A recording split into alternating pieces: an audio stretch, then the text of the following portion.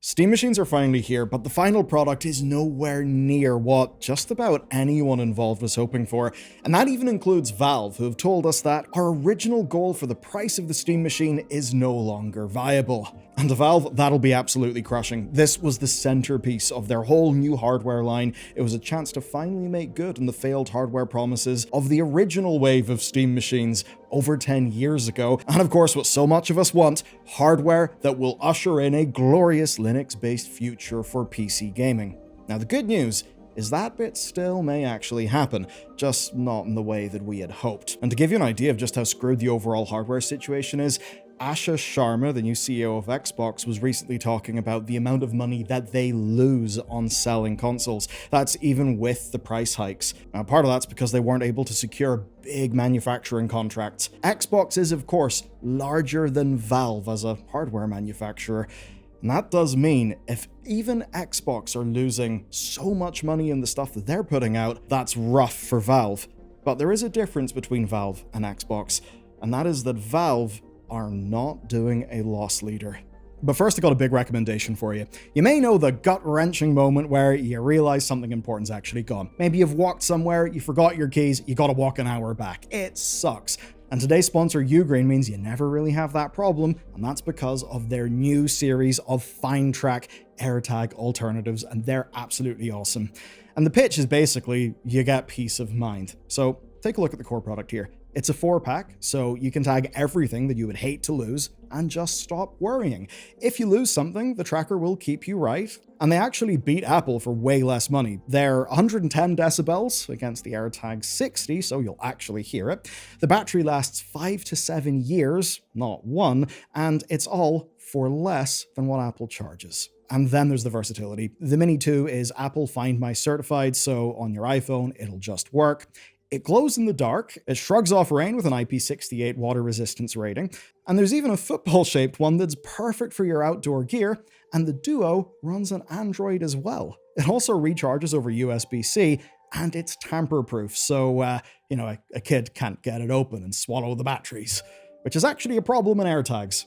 So, with this whole range, you will never lose the things that matter. They've got the performance and quality that you need, but at a far lower price than what Apple does. They're fantastic. I use them personally. I've even given them to my parents. They use them. You can find the links down below.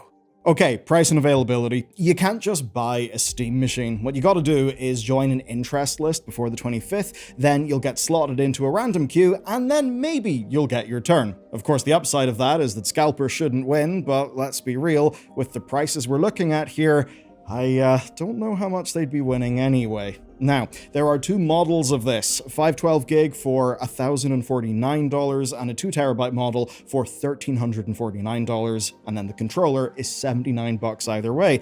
Now, you can bundle in the controller, and if you do, you'll save $20. And that is just about the best deal you can possibly get here. This is a lot of money, and Valve absolutely knows it. Their FAQ actually opens by justifying the price. They say they started sourcing parts in 2023, and when they were doing that, they were expecting things to get cheaper. Of course, back then, the AI data center crisis wasn't really in full swing, was it? It is now, and in Valve's words, at times, quote, "We couldn't source some of our components at all at any price." That's absolutely brutal, but it doesn't just mean that the original price target is dead. It also means the odd compromise here or there. As an example, single channel memory instead of dual channel, which is really not ideal. It's because Valve have basically cobbled this together based on whatever they could get over the last 6 months. Now, Valve's own statement to IGN, which of course was all set against the backdrop of the DeX's recent price hikes, well, it points to an original price closer to about $750. And based on the reviews we've got so far, well, $750 is probably about what this machine is actually worth, and it may even be kind of the top end of what people would have been willing to pay. The most important thing to understand here, and it's something that Valve wants to be very clear about, is that the Steam machine is still a PC. It's not a console, and that means it's not being sold as if it's a console. Over in console land, selling at a loss is basically fine in the hardware because you'll be locked into the ecosystem. The issue here is that while loads of people who buy a Steam machine will be playing games using Steam, if it just ends up being a fairly good deal for what functionally is just a Linux PC, then loads of organizations would just be buying them up, maybe even for business use. Because of that, because it's way more than dual use, the loss leader strategy just doesn't really work. Because it is a living room PC running Steam Big Picture, it's benefiting from all of Valve's work in SteamOS, and it was really never meant to replace your proper gaming rig. It was more meant to feel like an extension of your overall Steam experience. The problem is, while it does kind of look and feel like a console, even though actually it is smaller and is a really dope bit of hardware, it also performs a lot like a console, a base console. The benchmarks put it, at launch, as being roughly on par with Sony's PS5. Now, of course, performance may improve game by game as developers optimize, and you've got the likes of the frame gen from AMD's FSR to lean on. But realistically, you're targeting at best 1440p 60. And in most cases, as Digital Foundry points out, you will be fiddling around with settings. That's the only way to hit a good 1440p experience consistently. And other reviewers were really in the same ballpark. Linus Tech Tips found that a base PS5 would sometimes outpace it, never mind a PS5 Pro, which, yeah, is like very similar in price. And then there's Gamers Nexus. They found the same against a similarly priced self-built PC. And really, when you look at the 4K 60 that Valve has literally on the store page, that's possible. It's not likely, it's not consistent. So it really shouldn't be on their store page, to be honest, and certainly it's not going to be something in any modern game without using heavy frame generation. That all begs an obvious question then: why would you spend $1,049 rather than getting, say, a PS5 Pro with enough money left over to buy 2 games? And of course, the PS5 Pro, in terms of raw performance, will basically cream a Steam machine. Well, the upsides of the Steam machine are Valve customer support, SteamOS making it a easy enough to navigate experience, and of course getting a entire Linux PC. That's something you can't really do with the consoles unless you're, well, getting very technical. And then there's fixed costs like not having to pay for online services, as well as potential down the line, which I will come back to. But certainly, those things don't feel like they alone justify the price. And the problem for Valve is that those things were never supposed to justify the price. Valve's problem is there's really nothing they can do about it, although I will put an asterisk on that. They obviously could decide to sell these at a loss, but that's quite simply not the business model, and it won't really matter how many people say throw up pictures of Gabe's yachts, like the Leviathan or the new many million-dollar home that he bought, because Valve is a company, and they're not going to be selling this damn thing at a loss, because they're not running the same business model as Sony or Microsoft. Let's get on to Valve's big problem. So as part of their Steam Machine review, Gamers Nexus dropped an early clip from an upcoming interview with Valve's hardware team, and it lays bare just how dire the hardware manufacturing space is right now, and how helpless Valve are within it. When asked about their contracts with memory providers, Valve explained that, quote, "Look, there's no contracts. There's nothing. Those guys give us a price every month, and they say, you can buy that many, and it's yes or no. And if we say no, then they never talk to us again, right?" So that's hardly a cheery situation. For Valve, there really are no simple options here. They are one of the most profitable companies on Earth. They're an insanely good business, but that doesn't really matter because you can't muscle out a bottleneck supply chain when you're not sitting there committing to millions of units within a run of manufacturing, right? That's the problem when you're operating at Valve's scale. And it's this very reason that there actually is not a standardized config for each machine. Yeah, they'll have the same spec sheet, but the Steam machine that you get may have one 16GB stick of RAM, or it may have two 8GB sticks.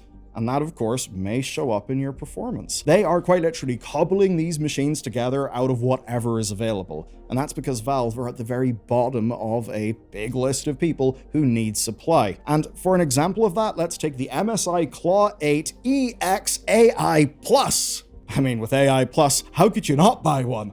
Anyway, it's a top-of-the-line handheld PC. It's from one of the biggest hardware makers around. That means they've got more leverage and more developed relationships that should put them in a fairly strong case to get some of those prices down and hopefully keep the price hikes off you. You know, economies of scale, all that stuff, where the more of any device that you produce and the bigger the overall contract, generally the better deal per unit you can get. But the RRP of the MSI Claw 8 EX AI Plus is $1,800 goddamn dollars, despite all of that. And the fun thing is that MSI's product marketing lead explained how, yeah, scale, familiarity, and all that stuff will only really get you so far. He said this, quote, All I can say is we have tried every approach to get memory and also storage at a lower cost, like deepen the relationship between us and those suppliers, like to have some of those deals, and I think we've done everything we can do to make our system as affordable as possible. But unfortunately, I think the result is what you see right here. So I would say yes, it will be a tough year for us and for the gamers. Yeah, pretty rough. And the thing is, we can actually go to a far larger company.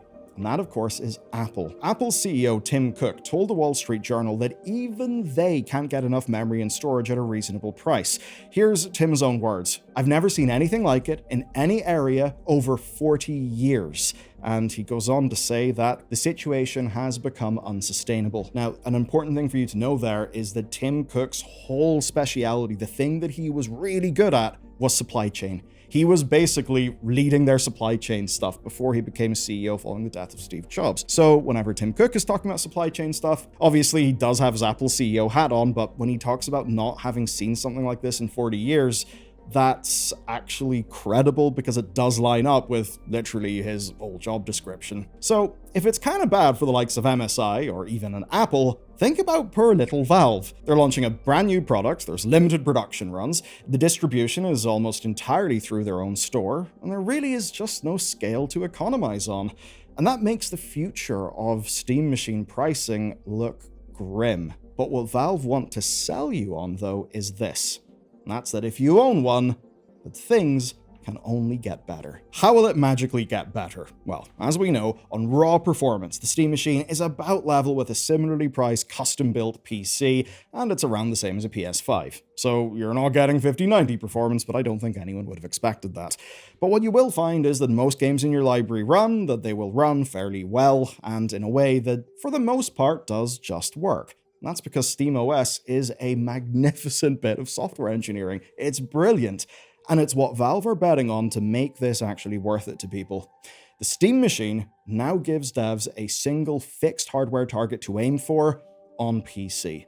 Now, we've already seen how much, say, Steam Deck verification matters to players. Just look at how many games now push a Steam Deck release before they even launch, like as a major marketing beat. And the wild thing is that that's the case even despite estimates of just over 4 million decks sold. Now, I'm sure more decks have sold since those estimates came out. Probably not a huge amount more given the price hikes, but what I think it shows you is that even though relatively speaking, the Steam Deck is a pretty tiny niche piece of hardware, I think the people who own one are just so deeply ingrained in gaming that they probably buy a lot of games. They certainly seem to have had an outsized impact on how we see PC gaming, and I suppose Valve are hoping to do similar then with the Steam machine. And all this stuff means the devs can now optimize for the exact hardware, much like they would do for, say, a console. And recent changes to how SteamOS gathers hardware data actually might make that even easier. While the Steam machine might be as cheap now as it'll ever be, because yeah, all those prices are probably going to keep going up for a while,